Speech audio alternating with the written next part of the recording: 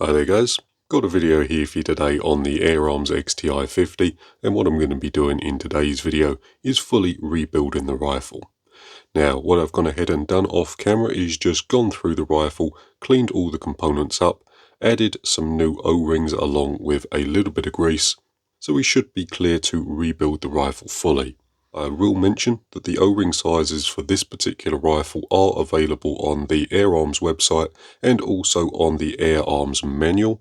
The only ones they don't list are the ones fitted to the regulator, but don't worry, I'll put those on screen now and I'll go over them again when we come to rebuilding the regulator.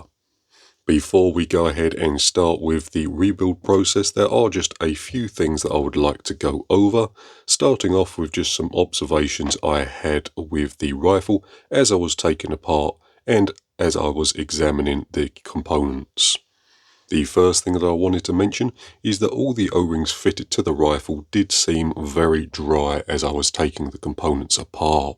I'm not quite sure what grease or oil AirArms use when they build these rifles, but very little oil or grease was found within the rifle, and some of the O-rings had started to go hard. The other thing that I want to mention is that I did find two holes within the block that weren't really tapped deep enough. The first one was the hole for the stabilizer reset pin, this pin here. This pin wasn't going in far enough and it wasn't actually latching with the stabilizer mechanism, so it was missing it. This stabilizer on this particular rifle doesn't seem to have worked ever since the rifle left the factory. The hole itself is located just within this bore here, and that's just that hole down there. It's an M4 hole, and all I did to fix this was just go in there with a tap and tap it a little deeper. The other hole that was tapped a little too shallow was the actual factory adjustment for the power, this hole here. In here there is an M3 grub screw which acts as a blocker for the transfer pull. This is used from the factory to set the maximum power that the rifle is capable of. And again, this was simply not tapped deep enough. The grub screw itself was never making its way into the transfer port, so it was never blocking anything off. I'm not quite sure if the camera will pick it up or not, but if we take a light, shine that in this hole here, and take a look in this hole here, you can see that we can see a clear beam of light. If I take a 1.5mm Allen key and insert that into the grub screw, wind it in slightly, you can see that the grub screw itself starts to block off the transfer port hole. From the factory, this grub screw wouldn't screw in far enough to do that, so I just tapped it a little deeper. And on this particular rifle, that grub screw there is an M3 grub screw. The other thing I removed off camera is just the anti-tamper, so this is fitted over the grub screw just so you can't adjust the factory power setting. To remove this, all I did was get a micro flat bladed screwdriver, put that in the side of the Torx bit, then unscrewed it.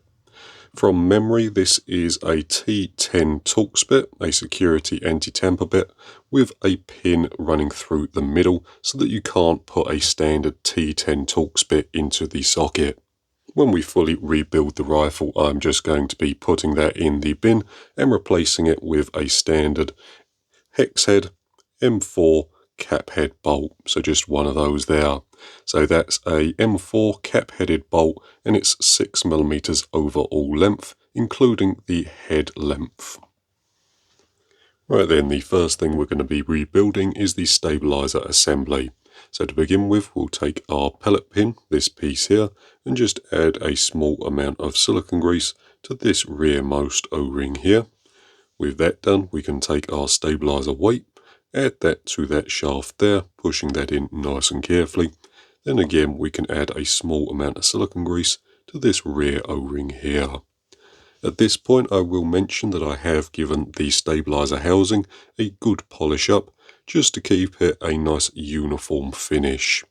But with that said, we can take our stabilizer and get that installed, making sure to align this slot here with the slot in the bottom. Pushing that lightly into position, then getting that capped off with our nut. The last thing I'll do is add the return spring, just this piece here, and I have given the edges of this a good polish up just so it rides nicely on this face here. Before that goes on, I am just going to be adding a very small amount of moly grease to both ends of the spring. Then we can get that slid over and pushed into position.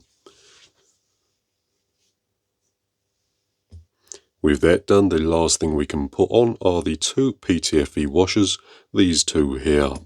Now I did measure these off camera and they are both the same thickness, so it doesn't look like the orientation or the stack actually matters, but I like to keep things nice and consistent, so I'm going to be putting the one we took off the bottom back on the bottom. Right then, next up we'll get the pellet probe and the hammer assembly installed into the block. To begin with, we'll take our pellet probe assembly and just take a quick look at it.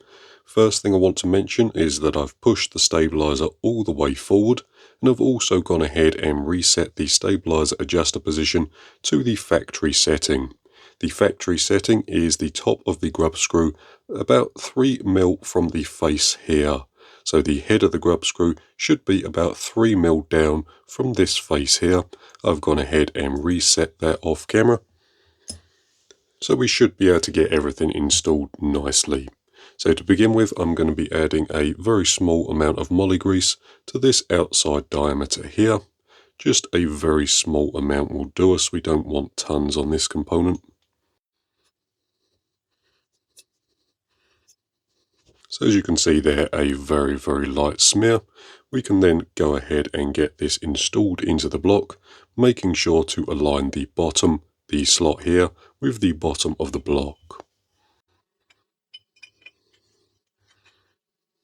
Once the hole in the cocking arm is aligned with the hole at the back here, we can go ahead and attach our pin. So this is the pivot point for the cocking arm, and before this goes in, we are again just going to be adding a small amount of moly grease to this component here. Pushing that in, then getting it seated with something like an Allen key. With that done, the next thing we're going to be doing is installing the safety or the stabilizer reset pin, which is this pin here. To start off with, we're going to be pushing the cocking arm to about there, and then we can take the stabilizer reset pin and just drop that into that hole in the bottom there. So just in there. The reason that we pushed the stabilizer weight all the way forward in the previous exercise is so that we can guarantee that the reset pin will fall into the slot. It is possible to install the pin into the gap between the stabilizer weight and the front of the pellet probe. But with that done, we can just make sure that the cocking arm goes backwards and forwards as it should, and we don't feel any resistance. So there we have it. The other thing you might be able to see is the stabilizer itself. So as that comes back, you can see that the weight is moving. That's what we want to see. I'm not quite sure if the camera will focus or not.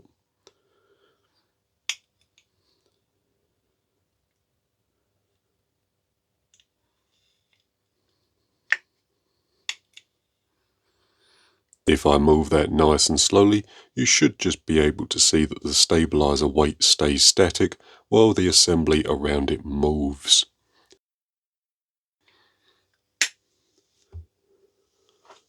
Up next, we can just drop in our hammer. So our hammer is this piece here.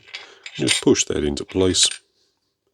Then we can take our hammer spring as well as our hammer spring adjuster and the small pep at the end there and get them all installed into the back.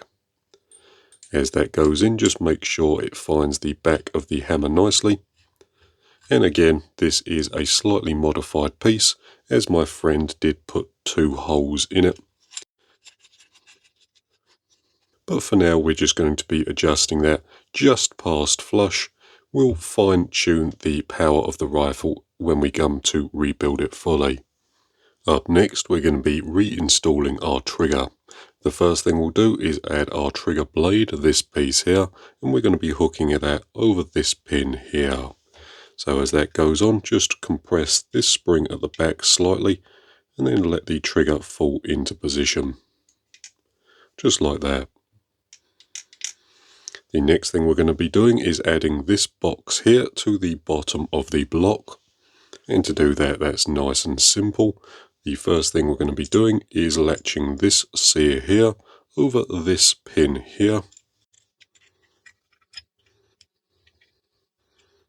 Nice and carefully like so. Then we can install the two securing countersunk screws, these two here, in the bottom of this piece here. Now from the factory these did have a very small amount of Loctite on them, so I'm just going to be adding a small amount of blue Loctite to each of the screws as they get installed. For now we're not going to be doing these screws up tight, we're just going to be getting them down until they touch, then backing them off about 1/4 of a turn.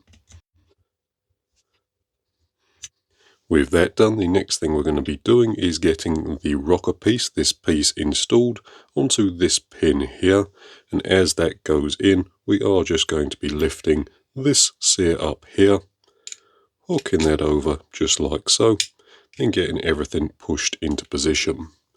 So when it's all installed, it should look something like that. The next thing we can do is get the cocking arm installed, this piece here. Although before that goes in, I am forgetting this sear here, so we're going to be adding that first. So this is just the sear here. This part of the spring, this end here, needs to hook around this pin here. And then the hole, this one here, needs to be aligned with this pin here. So to begin with, we're just going to getting the spring hooked over. Then we can get the pin hooked into position. And then finally we can add the cocking arm, this piece here. So this piece needs to be fished through the side of the pellet probe assembly, which we installed earlier. I'm not quite sure if the camera will pick it up or not, but there is a cutout on the side of the pellet probe, which we need to align with the arm. So with the cocking arm open like so, we should just be able to push this part up, get that in rough position.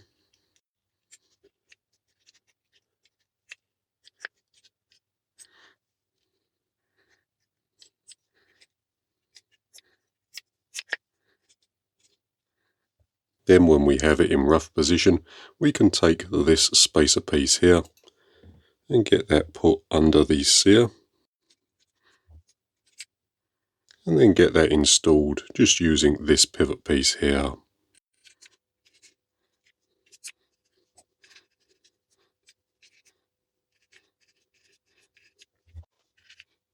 It is a little tricky to line up, but once you find the right angle, it should slide nicely into position. With that done, we're just going to get everything pushed into its position. Then we can add the cover piece, this piece here. So we'll just push that over. Then we can get the 3 securing screws installed, getting those done up with a 2mm Allen key.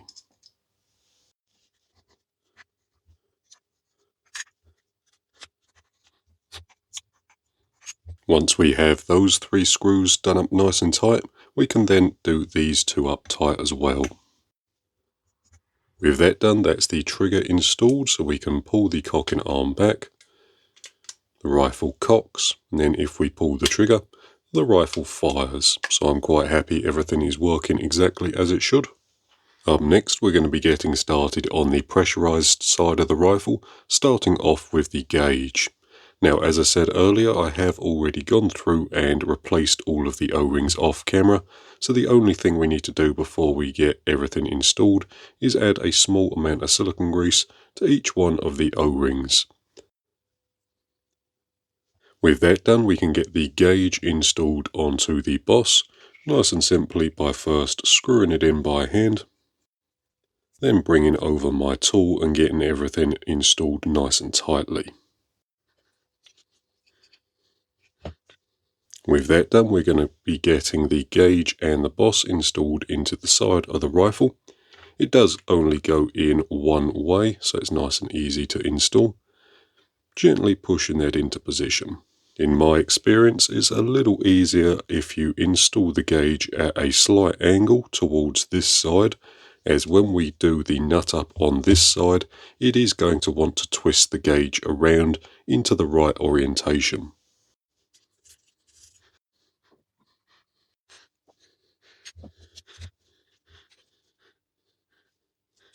And there we have it, the nut is done up nice and tight, and the gauge is now aligned horizontally with the block. Right then, up next we're going to be reinstalling the valve assembly.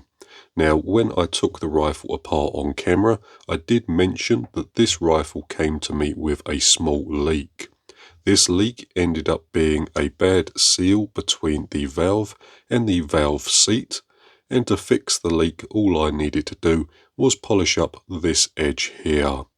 With the edge polished, the rifle now seals and it doesn't leak anymore. So I just wanted to point that out. Polishing the valve face up is a nice simple job. All I did was held it in the lathe like so, then used a small amount of sandpaper just to clean the edge up. I started with 1200 grit wet or dry sandpaper and worked up to 5000.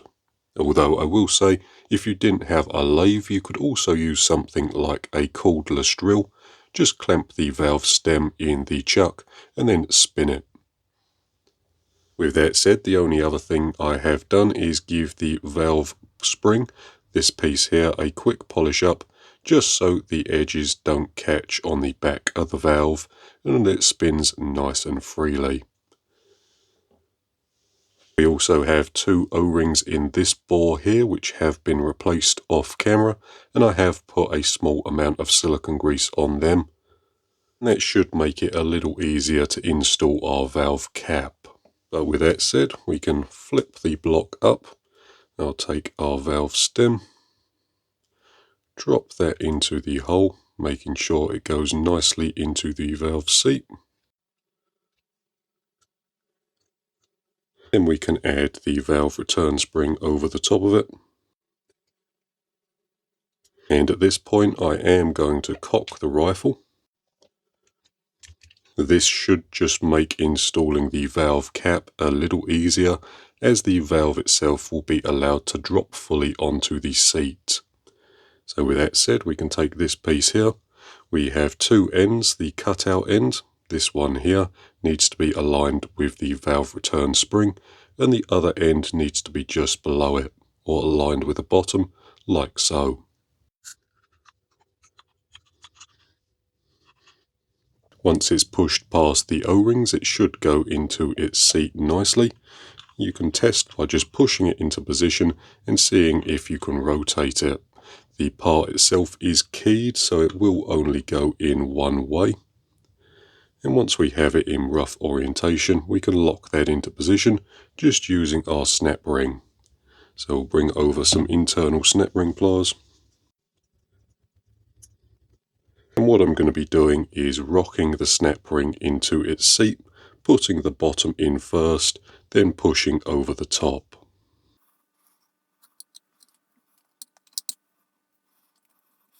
When the snap ring is in the correct position, you should be able to rotate it nice and freely.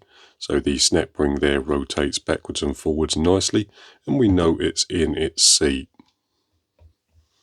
Right then, so the next thing we're going to be rebuilding is the regulator. Now I have already gone through, replaced all of the O-rings, and I've given the body as well as the Belleville washers a good clean up, so we should be free to put it all back together again. The first thing I'm going to be doing is stacking the 4 Belleville washers onto the regulator piston, and these are nice and simple. All we need to do is cup them in alternating pairs and drop them onto the piston itself. So I'll get you a quick look at the stack. As you can see there, alternating pairs. The next thing we can do is just add our peak sealing piece to the top, and that's the piston fully rebuilt. What I'm going to do now is just add a small amount of silicone grease to each of the O-rings, starting off with the one on the adjuster, then moving over to the piston, and then finally the one in the regulator body. Now this has already been installed, so we are just going to add a small amount using a cotton bud, wiping off the excess. And there we have it.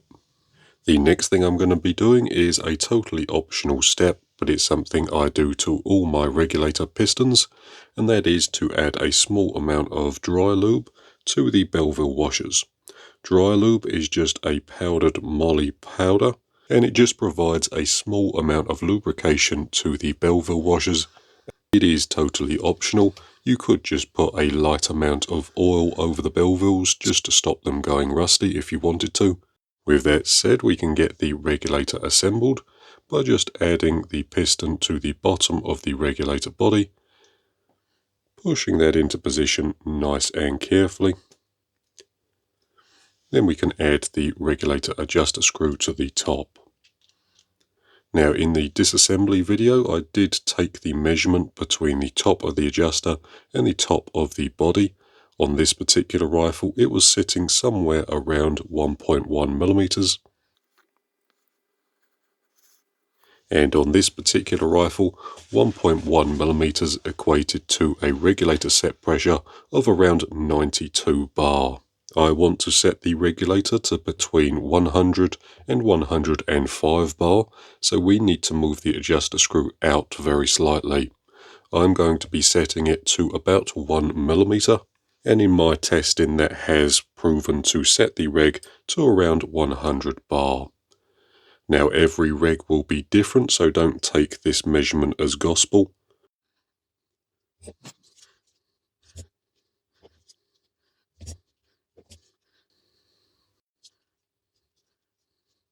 Right then, up next we're going to be installing the regulator into this boss here, then we're going to be installing this boss into the block. To begin with, I'm just going to be adding a small amount of silicone grease to the outside of the regulator, as well as to these two O-rings inside the boss. So just these two here. Then we can get the regulator pushed into position. There we have it. Up next, we're going to be taking this O-ring here and just adding a small amount of silicone grease to the outside of the O-ring. Then we can get that dropped over this boss here. And then we can get this piece screwed into the front. Then I'm going to be getting that done up with my little tool here. Up next, we're going to be rebuilding the fill valve. So to start off with, we'll take this O-ring here and add a small amount of silicone grease to the outside of it. With that done, we can pop that into this counter bore on the top here, making sure that gets pushed into position nice and lightly. Up next, we'll take our one-way valve and again just add a small amount of silicone grease to this outside O-ring. Then we can get that pushed into the fitting, and then we can get the fitting screwed onto the end cap for the cylinder. With that done, we can get a 10mm spanner and just do the fitting up nice and tightly. And then finally we can just add a very small amount of silicone grease to these two O-rings here. There we have it. Right then, up next we can reassemble the cylinder and attach the barrel to the block of the rifle. To begin with, what we're going to be doing is taking our cylinder, locating the laser engraved writing, so this part here, and aligning that with the front of the rifle. We're then going to be taking our end cap, this piece here, adding a small amount of silicone grease to these two O-rings at the front. Then we can get that screwed into the front of the cylinder.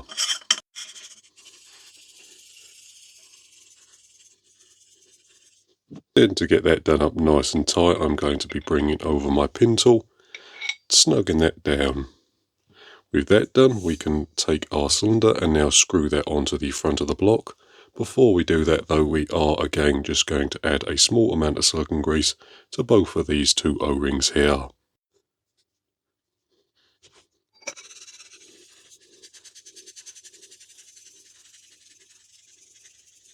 The next thing we can do is get our barrel installed. That's nice and simple. We just need to make sure these 4 grub screws here are nice and flush with the block. We can then take our barrel, align the side with these 4 dimples with the top of the block, then gently slide the barrel into position. If we take one of the grub screws out, we can then align the position of the barrel, getting the dimple aligned with the hole. So I'm not sure if the camera will pick it up, but we're all aligned there.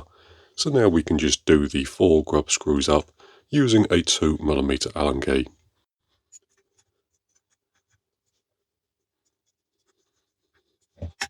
Up next, the last thing we can get installed is this little piece here, and normally this would hold our level or wind indicator, but on this rifle it's not fitted, so we're just going to be putting that lightly in position, aligning the flat with the bottom of the rifle, then doing the 2 grub screws up with a 2.5mm Allen key.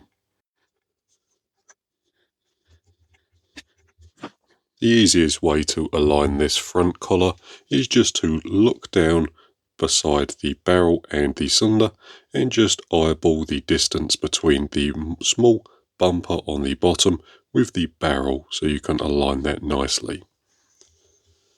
With that done, that's the rifle fully rebuilt. The next thing we can do is get the rifle gassed up and make sure it's not leaking.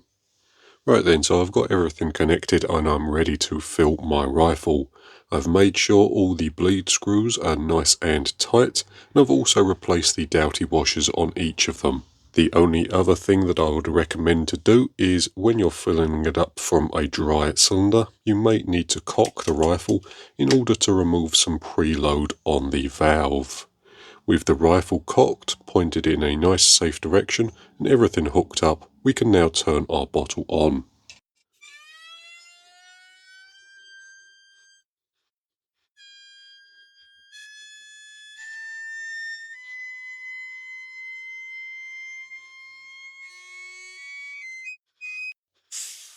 Right then, the last thing we need to do before we get the action put back in the stock is set the power of the rifle. Now, I'm very briefly going to explain how I used to set the power on my FTP 900, and this method should work very well for the XTI 50 as they use pretty much the same sort of setup. So the first thing I would do is remove both of the capping screws from either side of the block. Then I would wind the 2 grub screws out so that the transfer port was straight through with no restriction. If you wanted to check where your grub screws were in relation to the transfer port, there are a number of ways to do that. The easiest way is to remove the barrel, remove the rearmost screw here, shine a light in from this direction, and just look down. If you can just see a round hole with no protrusions in it, then the grub screws are wound fully out. Once the grub screws have been wound out so that they're not interfering with the transfer port, I would then put the 2 capping screws back in and start adjusting the power using the hammer spring adjuster at the back here. I would use the hammer spring adjuster to set the rifle just under the 12-pound limit. For example, if I were shooting JSB 8.44 grain pellets, I would set the feet per second at around 790 to 795. This is much higher than I like to shoot my rifles normally, so the next step would be to use the factory set power adjuster, or restrictor I should say, and reduce the feet per second by between 5 and 10 feet per second. So for example, if we had set the power at 795 feet per second using the hammer spring adjuster, I would take between 5 and 10 feet per second off that reading using this grub screw in the side. Once that had been set, I would use the grub screw in the other side to fine adjust the feet per second. Typically speaking, I like to shoot my rifles at around 775 feet per second, so I would just adjust the rifle to that using the grub screw on the side. As you're adjusting the power of the rifle, just make sure that you're not going over the 12-pound limit, and also make sure you put the capping screws back after you've made your adjustments, as in some rifles, having the capping screws installed can raise the feet per second by 1 or 2. So I'll just run through that very briefly once again. First step would be to wind the 2 adjustment grub screws out so that they're not interfering with the transfer port, and the transfer port is just a straight hole. Then I would use the hammer spring adjuster to set the power of the rifle just under the 12 foot-pound limit. Once we're at that stage there, I would use this grub screw in the side to back the FPS down by about 5 to 10 feet per second.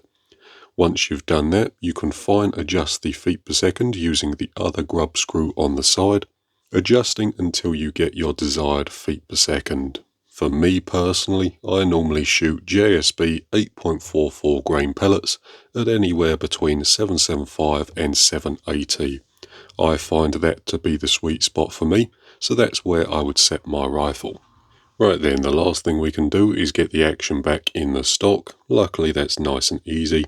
All we're going to be doing is lifting the stock up, sliding that over the action. Then we can take this long stock bolt here and install that into this hole here, getting that done up using a 4mm Allen key. With that done, we can get the other 2 installed, one on either side, making sure the screws are fitted with the small stock ferrules.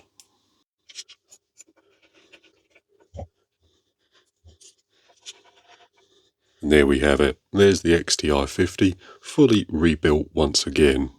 With that all said, guys, that's pretty much going to do it for this particular video.